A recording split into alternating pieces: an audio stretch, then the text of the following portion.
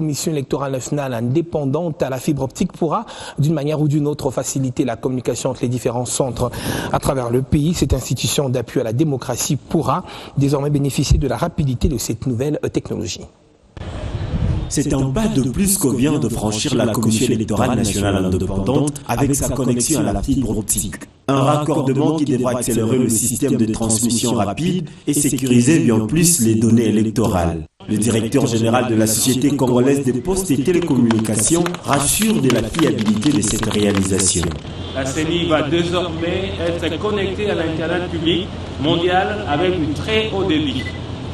Il n'y aura plus de ralentissements, il n'y aura plus de bugs, il n'y aura plus tous ces problèmes que la CENI a connus autrefois.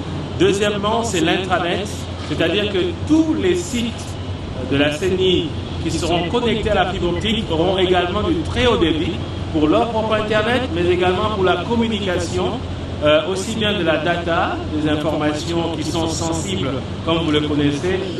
L'évolution de l'installation et la connexion de la CENI à la fibre optique, pour sa première phase, devra faciliter la communication entre différents centres.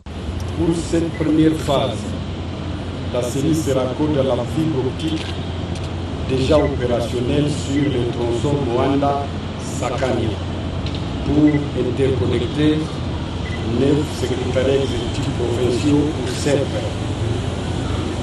68 antennes, 5333 sites de vote et 5333 prochains centres d'inscription à l'opération de révision du fichier électoral correctement géolocalisé et cartographié sur ces tronçons. Au total, 10 666 laptops des centres d'inscription, 885 ordinateurs de bureau, tant au siège de la CENI à Kinshasa que des secrétaires exécutifs provinciaux et des antennes seront branchés sur un réseau Internet haut débit et intranet large bande dans un réseau privé, ce qui facilitera un transport estimé à 10 750 000 mégaoctets.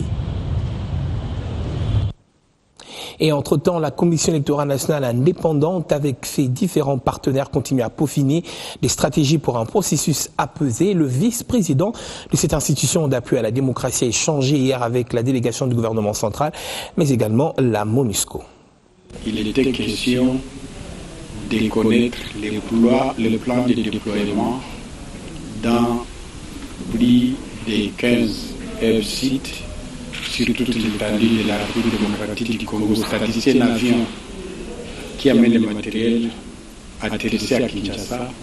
Comment ce matériel pourrait être déployé dans ces 15 sites principaux et de ces 15 sites, comment ça doit atteindre les 161 antennes de la République démocratique du Congo et de ces antennes, comment ça va arriver au chef-lieu des secteurs de chefferie et de ces chefs-lieux des secteurs de chefferie, comment ça doit arriver jusqu'au groupement, parce que chaque groupement aura au moins un bureau de vote et de déploiement.